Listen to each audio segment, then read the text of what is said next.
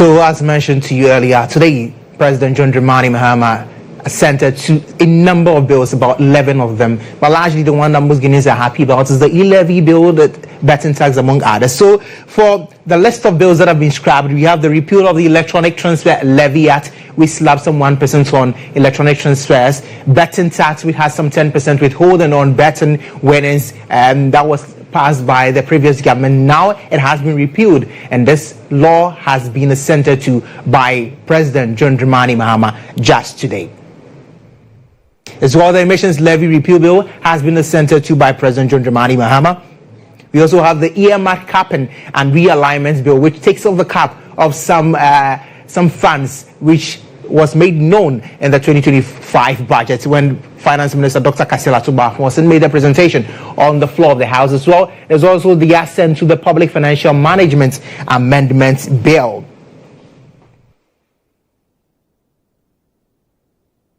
As well, the Public Procurement Amendment Bill has been assented to by the President. Value Added Tax Amendment Bill 2025. As well, the Petroleum Revenue Management Amendment Bill, which revises the framework for managing revenues from the petroleum sector to ensure more effective allocation of funds from that particular sector.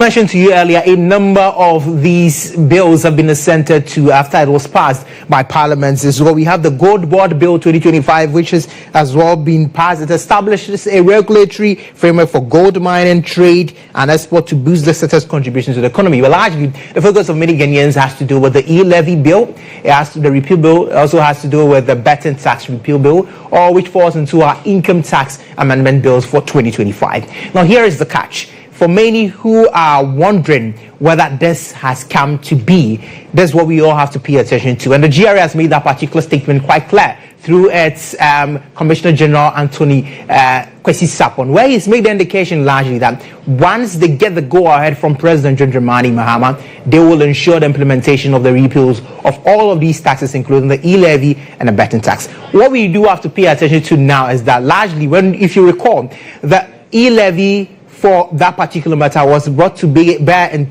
March 2022, 31st March, but it took effect on May 1, and that particular phase implementation saw a second implementation taking place on July 1, 2022 as well. It took a number of processes. It involved the electronic money issuers, including MTN. It involved a lot of banks. It involved payment service providers. A particular framework was put together, bringing them onto a certain platform known as the common platform, where the management and assurance of that particular levies was really managed in that particular system. Now that the president has assented to the bill, here's what we are picking: that a meeting is going to be held between the GRA and the finance minister. Once that meeting has been held, a declaration on the way forward will be made by the GRA. What we all have to pay attention to is that the laws indeed have been assented to. Now we have a management body for our taxes, for our tax administration in the country, and that is the GRA. So they get the go-ahead after the meeting, and they will see to the implementation of these particular laws. It doesn't take effect now, but then the communication on when this particular bills, which have been assented to take effect, would be done, and it will come to bear for all of us to know. So hold your briefs. It has been passed, assented to yet, but indeed, a number of processes would have to take place before you see the reflection in your transactions. But we have been joined now by the General Secretary of the Mobile Money Vendors Association on phone, and that's Evans Otumfuo. Evans, good evening and many thanks for your time. Can you hear me, Evans? We are trying to reach out to Evans Otumfuo, who is the General Secretary for the Mobile Money Vendors Association, as I was rightly mentioned to you. although there has been the repeal being assented to by the president, a number of processes would have to take place before we see towards implementation. We have been joined also by the Chief Executive Officer of the Ghana Chamber of Telecommunications, Dr. Engineer Ken Agyabeng. Doc, good evening. Good evening. Doc, can you hear me? Yes, I can hear you. Good evening, and how are you? By the NDC as well.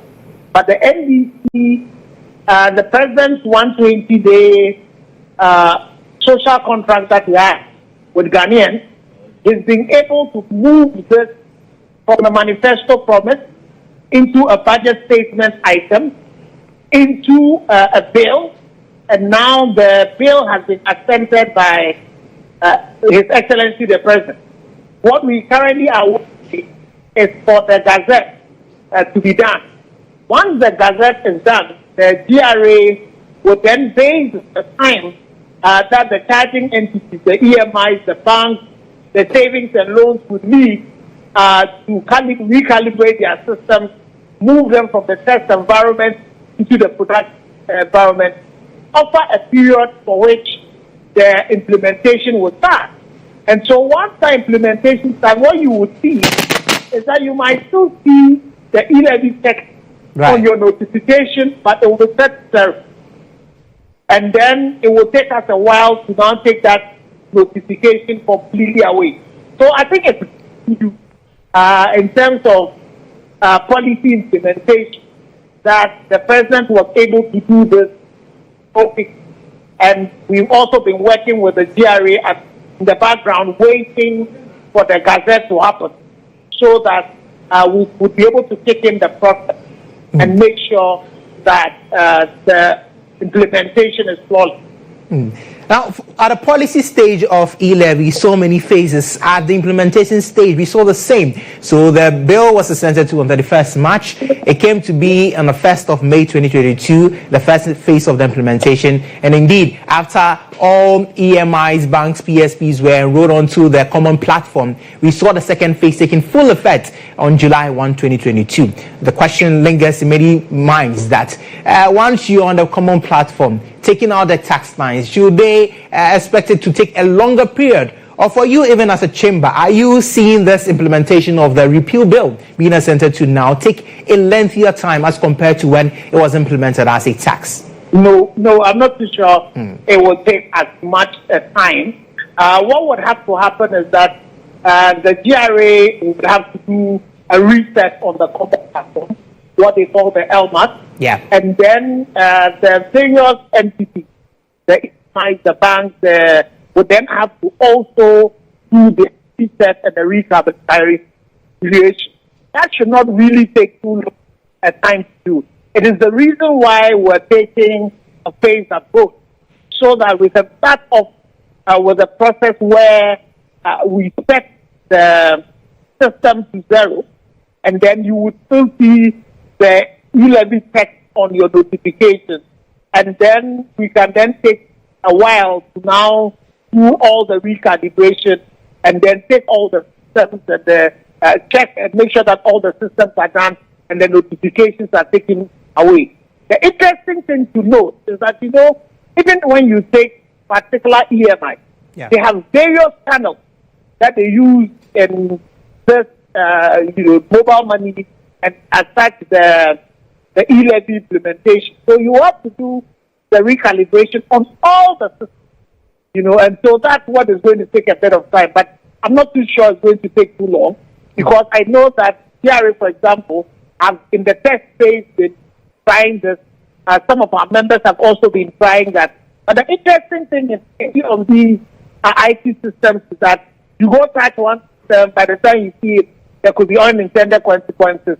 So you want to do it and assure yourself that everything is well before you finally go live. Now, given the expectations of the public, as you rightly mentioned, this is a political capital as a gain to the president, having to fulfill this within his 120-day social contract he initially made with Ghanaians even before assuming office. But for your members, how best do they manage the expectations of the public? People are still waiting. One would say, should they send SMS alerts, or how best would you advise them to manage the expectation of the public, as the president is now centered to the repeal bill as against the expectations of the people? So what is going to happen is that once the Gazette is received, and GRA also receives the Gazette, there will be some communication among all the charging entities. Right. And then the GRA, which is the regulator and the implementation of the law, would issue a public statement, and that public statement would set right what the time of going live is going to be. And then the charging entities themselves would start implementing it. They would also be sending their own notifications as well. That would be in line with what the GRA is going to do. And, we've agreed with the GRA that the GRA and the chamber would be the common voices that would speak to the issues around the implementation. So we will coordinate all the correspondence with that, and the GRA will be leading the conversation with the general public, and the chamber of EMI, EMI Chamber of Ghana, would also be supporting the GRA in terms of the communications around it. Dr. Engineer, thank you so much for speaking with us here on News Tonight. Dr. Engineer Ken Agyabeng there, speaking for the EMIs and as well as the Telcos Chamber. But we have been joined by the General Secretary of the Mobile Money Vendors Association, Evans Otumfuo. Evans, it's exactly about 3 years and a day since we saw this whole levy come to be and enforce. From that time to date, it's now done. In the words of the Finance Minister, it is finished. For you as vendors, is it the same?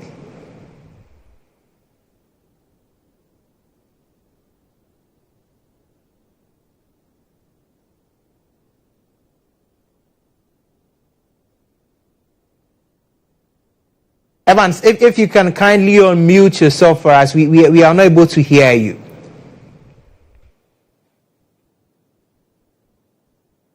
Yes, so we are trying to fix the line so that we can hear Evans Otumfuo clearly, who is representing the Mobile Money Vendors Association. Earlier, I engaged Dr. Engineer Kenneth Agyabeng, who was with the Telcos Chamber as well, representing the electronic money issuers, and largely therefore under the charge entities when it comes to the management and even assurance of the revenue from the electronic transactions levy. As we all do understand it now, it has been repealed by President John Dramani Mahama as part of his 120-day social contract, and as well as government fiscal policy for the year 2025 and going forward. So this particular bill, repeal bill, that has been assented to, as rightly mentioned by Dr. Engineer Kenneth Agyabeng, it doesn't take effect now. You need to bear that in mind, that there is a lot of work that needs to be done as the transactions levy took place in December, in March 2022, 31st March 2022. When it took place, it took a number of months, May and July. We saw a phased implementation because they had to move all of these charging entities and raise really questions on their excitement or not on the repeal of the betting tax. Abila, where are you now and what can you report? Oh, right now I'm at the Accra Mall, the Bedway Center at Accra Mall. Upon reaching here, I interacted with some of the investors, and they have expressed happiness upon what the president has done. But some of the concerns they raised is that after winning, there are still some deductions on their winnings. And so that is one of the issues they have here. And aside that, they are happy with what the president has done this afternoon. If I hear you right, you say they are saying they are still receiving some deductions, even though it has been assented to, right? So I have one of my friends here who is talking to speak with me on the deductions.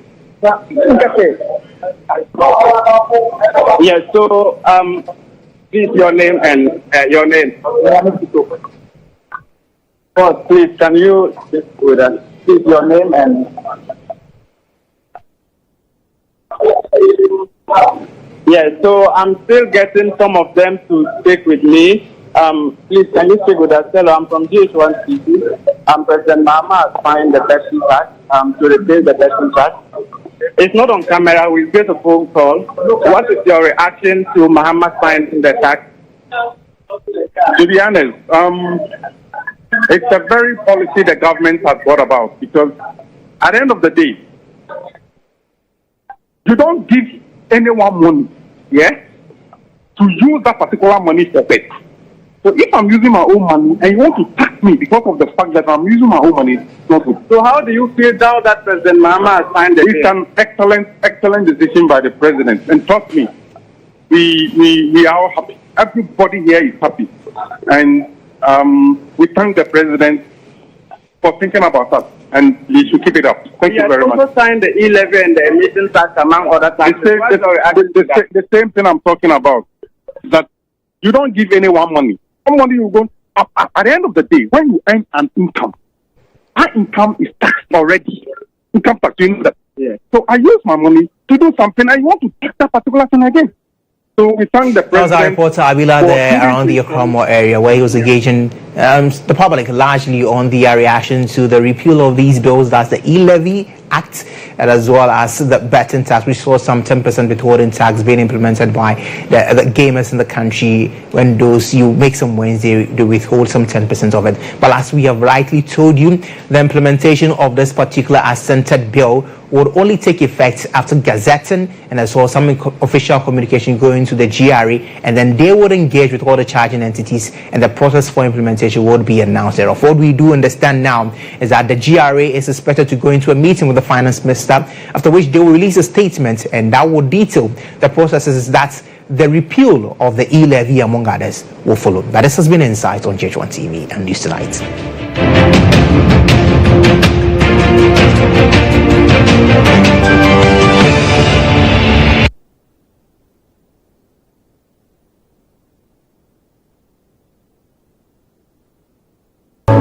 Jesus Christ loves you, and greater love hath no man.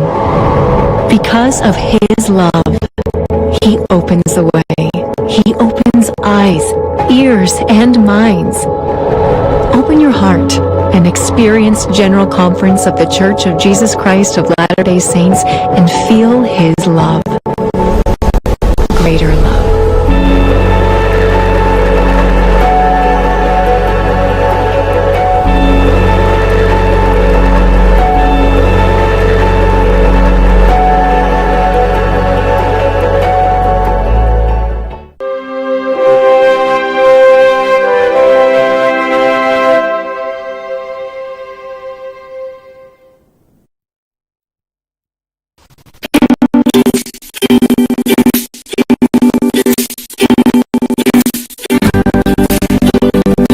Comfy even when she's on the move.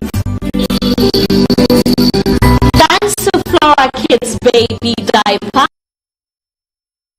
Across the UK, there's an underground network of scammers I had to work endlessly. cheating migrants of tens of thousands of dollars. Guys, that's 67,000. Oh God, I spent close to 17 to 18 million naira, and there is no job. They make the system appear to be one that reeks of criminality. What have I gotten myself into? Strand.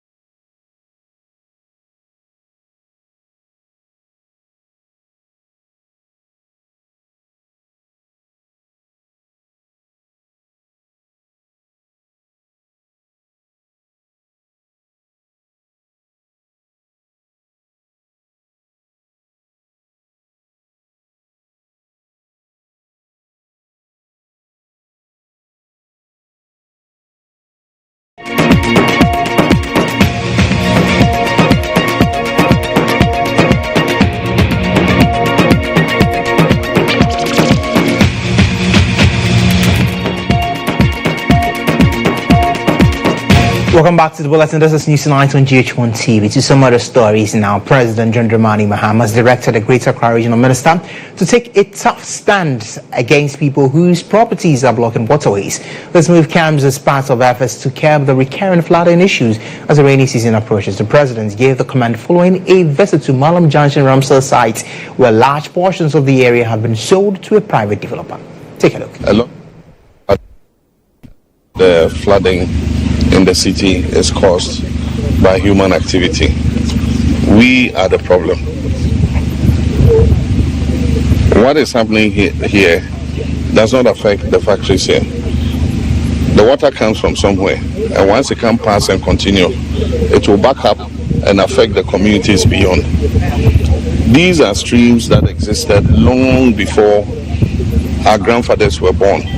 They are streams that flow from the Agyabeng mountains and find their way to the sea. Then we decided to come and build our capital city across the streams. So even if you build your capital city, you must allow the streams to flow through. People have built and blocked it. If you build and block a stream, the water will still come. But when it comes and it can't pass, what will it do? It will flood its banks. That's all that is happening in this city. And that's why we're asking the regional minister and the district chief executives to take a very tough stand on people whose properties are blocking waterways, because they're creating distraction for other people's properties and even loss of lives. Sometimes when it floods heavily, we lose human lives. And so it's not because we don't have a sympathy for people like that, but we must enforce the bylaws. Roads Minister Kwame Governance Agyabeng has ordered two local contractors, First Sky and Oswald Investments Company Limited, to immediately mobilize to site to begin road construction works on the Ashama-Nafenya stretch and the Tema motorway to Dawenya stretch. The move is expected to bring significant relief to road users in those areas who have had to endure hours in traffic commuting to and from that stretch. Addressing journalists during a tour of the project site, Mr. Agyabeng expressed optimism that the duo will expertise work on their respective portions to help reduce traffic time for road users. I can guarantee you government is committed to completing this project because we know it's key for entry and exit of Accra, and the damage is doing to our economy, the frustration, the pain it's causing is not acceptable. We shall fix this. The reality is that it is a congestion from the Ashama roundabout beyond the shelter. That was the main concern. There's no congestion at the site, but that is where they are. And whatever we said did not. We were expecting that some level of demolition or clearing would have come closer to Ashama roundabout. But as we speak, nothing has happened. That is what my disappointment. We are not changing the contractor. I'm saying that at the pace at which they are working and the economic situation we have, an option will be to descope, to limit them to a certain section, and we see whether we can find other people who may be more responsive to our needs urgently. DHM is not even on site. INSAG is on site somewhere. If you drive along the track, you see them. DHM is nowhere to be found. The reality is that the works that were done on this, the carpets and everything on this stretch, everybody knew it was First Sky and others who were doing it. So I just feel that we can do better than we have done now. And I'm not happy coming here again to talk about the same thing. But I'm happy that at least there are some people who are supportive of the system, despite the fact that we know we have hard times as a government.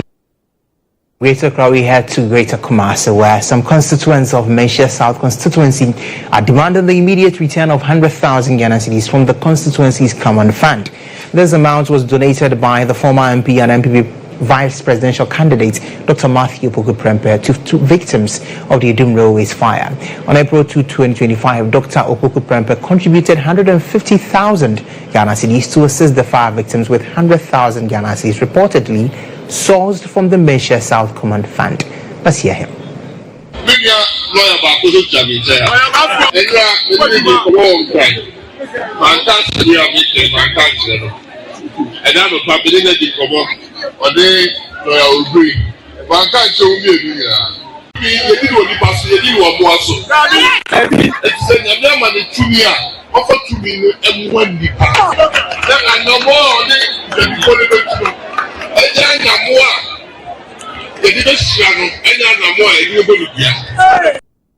Well, provoked by his decision, some of his constituents are calling for the money to be returned to the constituency, insisting that he cannot use public funds meant for community development for charity. Constituency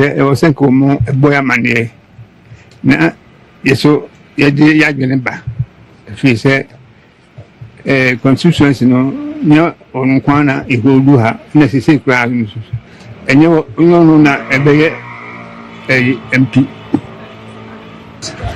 intimonti face ka enye de on kwan epe we ma dwen chen so on sam famra je so on kwan na de akwaje ni monyamu ade ne sifa me yi asan yi na wo amfa de na anya na wo kono fa man de wa ba no fa enye mpuntuo no na wo ko ye hwehwe animu ko ye adoya na amfa so be na wo so awon so de sika man de sisi e bro no so wo no ankasa enkoye na doye bubuofu ne bubuofu se papa me bubuofu papa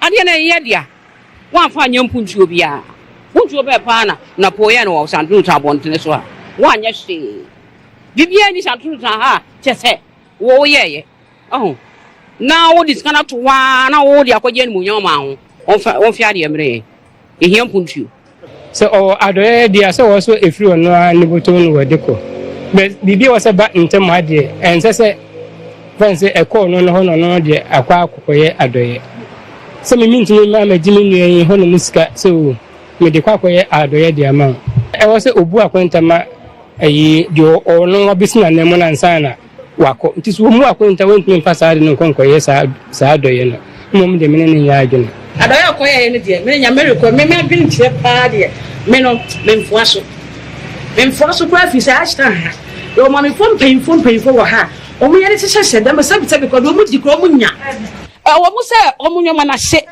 asema to wo mu de but empi no me de ko de koye ne de me nko de me mfuaso on san family asha bi ko mu nyoma hye o mu nti asha for nim na sika de nti se sanka wo de be bua ye wo ha no na de akwa ya do ya me de me mfuaso on san face camera ye.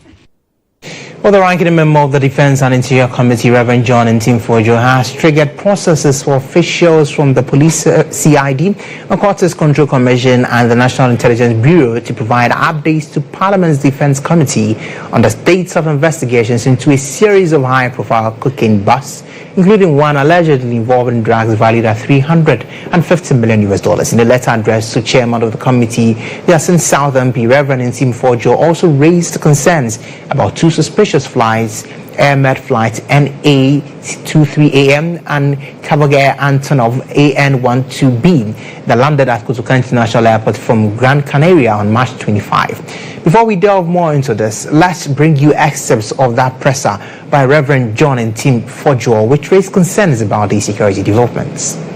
Recall the major raid conducted by National Security. They were accompanied by media. Your good selves accompanied them.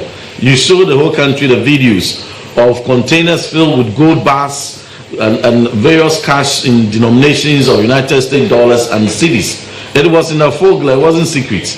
And that is the beauty of transparency and the role of the Fourth Estate. And therefore, for us as a minority, it is important that after waiting for 2 clear months, and after the whole country had been shown, containers, 12 containers, not just one, not just two, 12 containers containing gold bars, as you showed us, the media showed us, widely reported.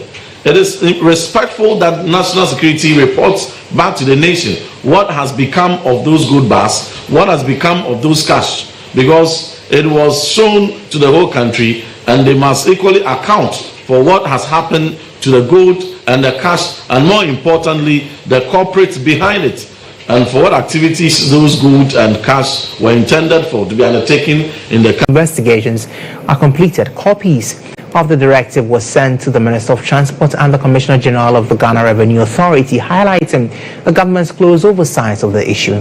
This move follows months of investigations into the disappearance and delayed clearance of ECG containers which contain critical electrical equipment for national power distribution.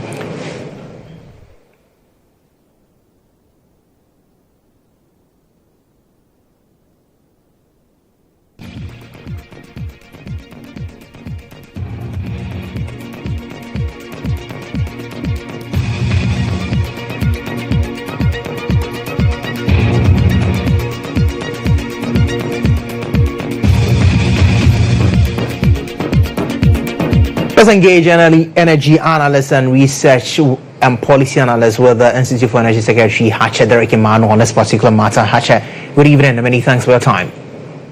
Good evening, thanks for the opportunity. Yeah, there's been so much concerns about this missing containers, and this is the clearest indication we are getting from national security to even protect some 706 from the timber port, asking for relocation of them. Is this one you, as a policy analyst, think is a step in the right direction?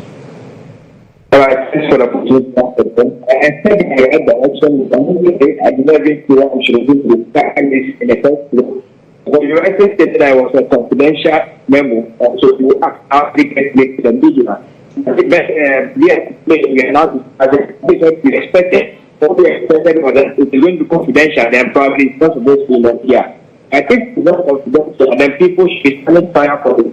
Here, the president is not as led to that retrieval or secure that service class contained to their work. That is good thing. But who are the people involved? The people that are involved, have they been involved? Have they been invited for investigation? Are they under the security control? Or any other thing? Is there any process of those people involved? If you review the complainant, the people who perpetrated this organized crime are not invited, then you know that okay, there are some people that are not there. And so it's in the right direction, but we hope that there will be more strict action taken. That those who are involved in this organized crime can be prosecuted. What we do know from the Minister for Energy and Green Transition, that's Honorable John Abdullahi Jinapor, is that he has rightly indicated that he's written letters to the AG and that persons who are found complicit in this particular matter, whether they be working with the ECG or directly with the Ghana Ports and Harbour Authority, whatsoever position or form they may take, they would face the full rigors of the law and they will be given an opportunity of a fair hearing. But what we also do understand from the Minister is the fact that he's looking forward to setting up a committee to really help with tracking these containers. What do you make of it? Thanks once again. This minister who has been very proactive, and then it is part of that is what has led to this week that we are starting as now. We that as is not concluded, there will be more steps taken, because what we see right now is that letters have been issued, but what are the actions taken? What are the end result of it? And so are people they invited? Probably we cannot be able to speak with the and so the office of the office of GHOne, the PNI and Co. They've been able to pick up people because these are human beings that organize or perpetrated this crime. And so far as they're not brought to book, that means that whatever thing that has been said or has been written to, it is not the real action. What we expect is that let them be brought to book. What the minister is doing is exercising his supervisory oversight, and that is a good thing. And I know that you started with it, but before then, let the people be brought to book. You take away the political representation of the whole case, and whether it is board, whether it is management, because it is today. Whoever that is involved, let the people be brought to book and let them face the full records of the Constitution. All right, Hacha, thank you so much for speaking with us. Hacha Derek Emmanuel is a policy analyst with the Institute for Energy Security, IES. Away from that, the Enchi District Court in the Western Region has reversed its controversial ruling for seized excavators to be handed back to suspected illegal miners. The court sometime last week granted bail to 4 suspected illegal miners and permitted them to retrieve their confiscated mining equipment, a situation that sparked outrage among the Ghanaian people. The suspects had been arrested for allegedly engaging in illegal mining in the Boyan Forest Reserve, but the court today has reversed its order for the seized excavators to be released to Galamseya's flowing public backlash. Well, as well, the Ministry of Lands and Natural Resources has not been enthused with what has gone on and is even ordering an investigation to that particular circumstance. But before that, let's bring you some assets of that particular ruling from the Enchi District Court. And then it's the case between the public and a number of persons, as Wisdom Amuzu, Francis Adongo, Abu Anorwin, Kennedy Akrugum, Mor now, who is now at large, and as well Kojo, who's also as well at large. Now, from the court, it says that upon careful examination of the facts of the case, which have been brought to my attention, this is in the words of the judge, in the instant motion for review of the applicable laws. For the reason that a previous order at stake was void, the court hereby sets it aside together with its accompanying consequential orders relating to the release of the 2 excavators and other mining equipment to the miners. It is further ordered that the police command Enchi, in collaboration with the Forestry Commission in Enchi, take the necessary steps to trace, locate, intercept, and retrieve the said 2 excavator machines and other mining equipment from the said illegal miners and hand over same to the Forestry Commission.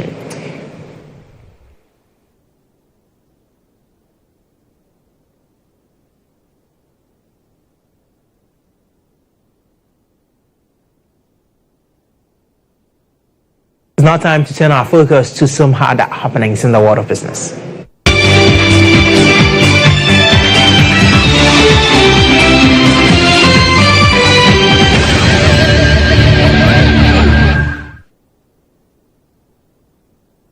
The Ghana Investment Promotion Center GIPC has unveiled a 24-hour premium service designed to provide swift, fast and reliable services to firms and businesses reliant on their investment services.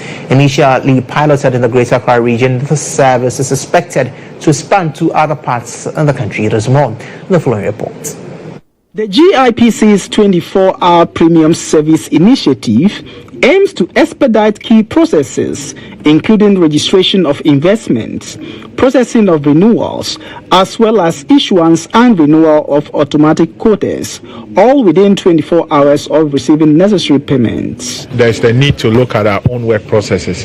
One of the things we realize is that we can indeed, have a premium service, which is GIPC registration, support letters for quotas or renewal of GIPC registrations, and we've seen that can be done within 24 hours. So this is what we've launched today, which is a 24-hour premium service to all of our investors. As you know, Ghana, like every other country, is competing for investment around the world. And so the more you improve your processes to receive investors, the better it is for all of us. Speaking on the significance of a 24-hour economy to Ghana's overall development, Head of Innovative Finance, Partnership and Markets at the Secretariat, Dr. Ishmael Amano Dodu, emphasized the need for Ghana to strengthen its presence across the sub-region through the exportation of quality products. A key component of the 24-hour economy, Secretariat, is to look at accelerated exports. How do we get made in Ghana products exported to markets? So what markets are we looking at?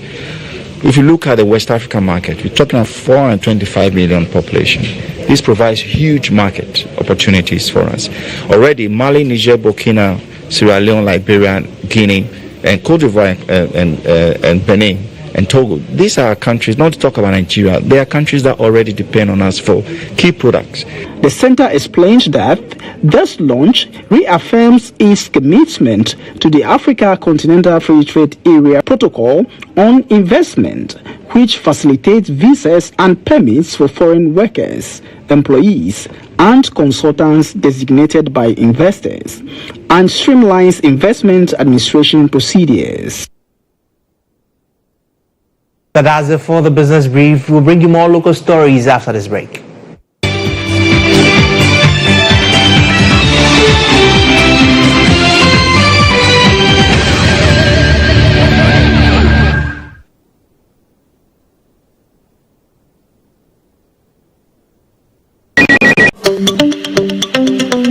Good business.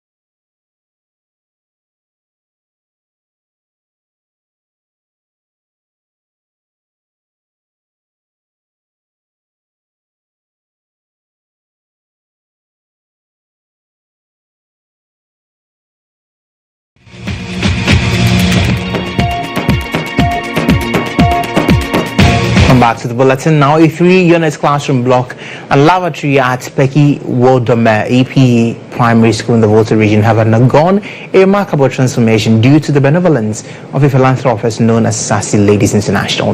This gesture is to ensure quality education for the children at the school in line with Sustainable Development Goal 4, which advocates for better learning environments for every child.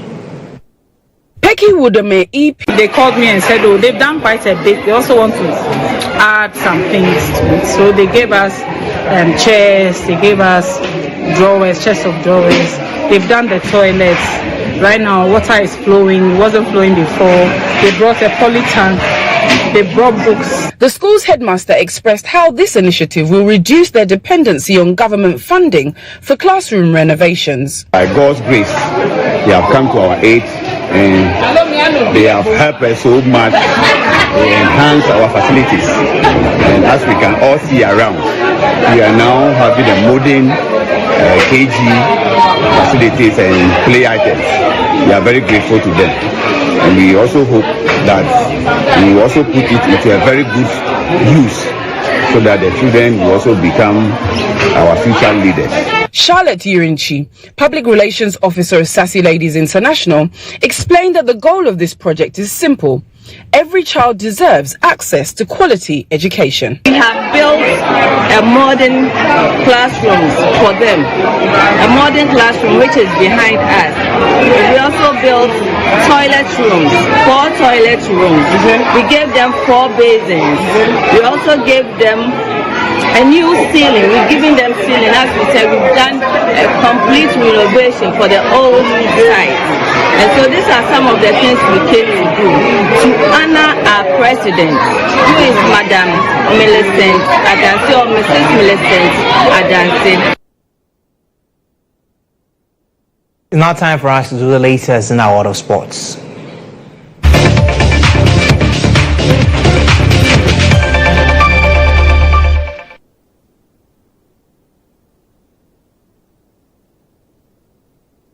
The Public Relations Officer for the Ghana Boxing Authority, Amin Lamte, shared an exclusive account with GHOne TV detailing what transpired at the Bukum Boxing Arena during the bout on Saturday night that led to the tragic loss of Nigerian boxer Oluwasegun.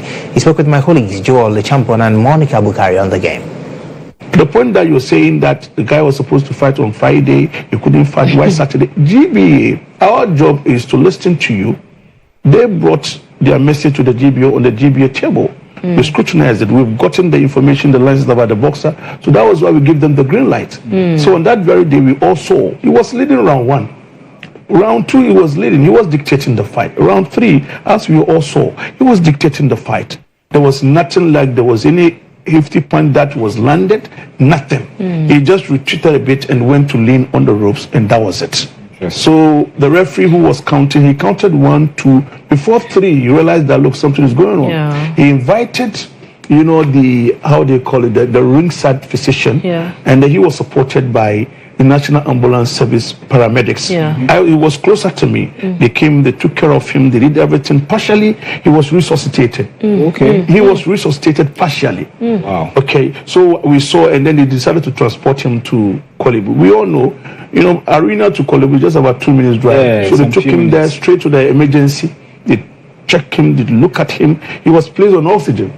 Okay, so he was on oxygen just about after 30 minutes, and then he kicked the bucket. So that was what happened. So in the history of God, this is the first time that we've experienced this, and we hope it will never happen again. And then we hope the government and the Ministry of Youth, Sports and the Recreation, he has come out, we communicated with them, and if you look at what he's doing now, it tells you that they will be able to change some of these abnormalities. Meanwhile, Amin Lamte has expressed his disgust over how certain sections of the media reported the unfortunate incident at the Bukum Boxing Arena where Nigerian boxer Oluwasegun tragically lost his life.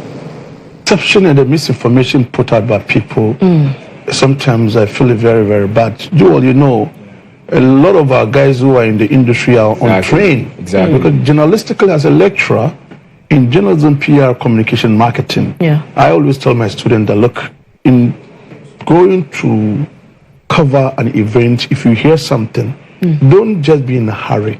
Check your time. Whether it's breaking news or not, take your time. Because we have what we call storytelling technique. Yeah. Even boxing reporting, we have our terminology. Football, basketball, mention it.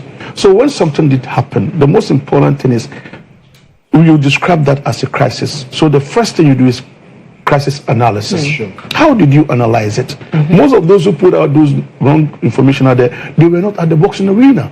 There's somebody who even gave a headline that a boxer collapsed at the Bukum boxing arena and died in the ring. It is not true. So, Joe, what I'm trying to put out to buttress the question that my sister do ask was that yes, it was a promoter that engaged him, invited him to Ghana to come and fight on Friday at the Bukum Park. There were two Nigerians who came. They used the same transport and came down, but with different management team and coaches. So his fight couldn't come on, for which JBA cannot tell. Let's now head to the entertainment zone.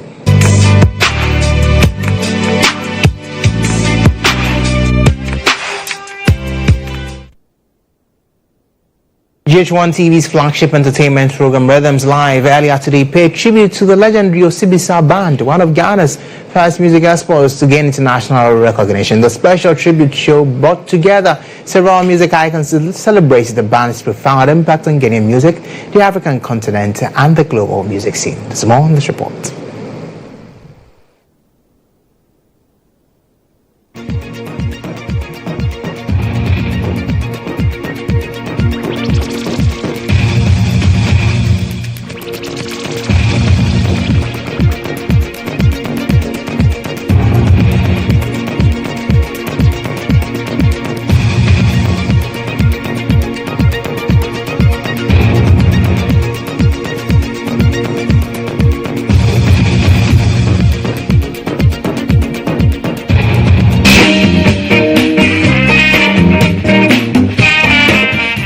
With hits under their belts like Sunshine Day, Dance the Body Music, and Woyaya, the Osibisa Band became a household name, topping charts globally and sharing stages with iconic acts like The Who, Pink Floyd, and Eric Clapton.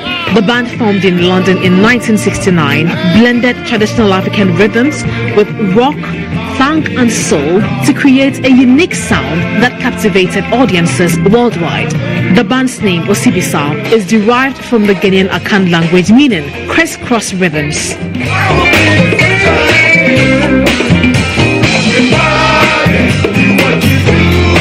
To eulogize the legendary band, Rhythms Live paid tribute to the iconic Osibisa Band. The special show brought together music giants such as music producer Hammer, music legends in the persons of Bessa Simons, Jeduble Ambuli, Natbrew Amanziba, and the master drummer Otrema Asante. These legends, in their own right, eulogized the band's profound impact on Ghanaian music, the African continent, and the global music scene.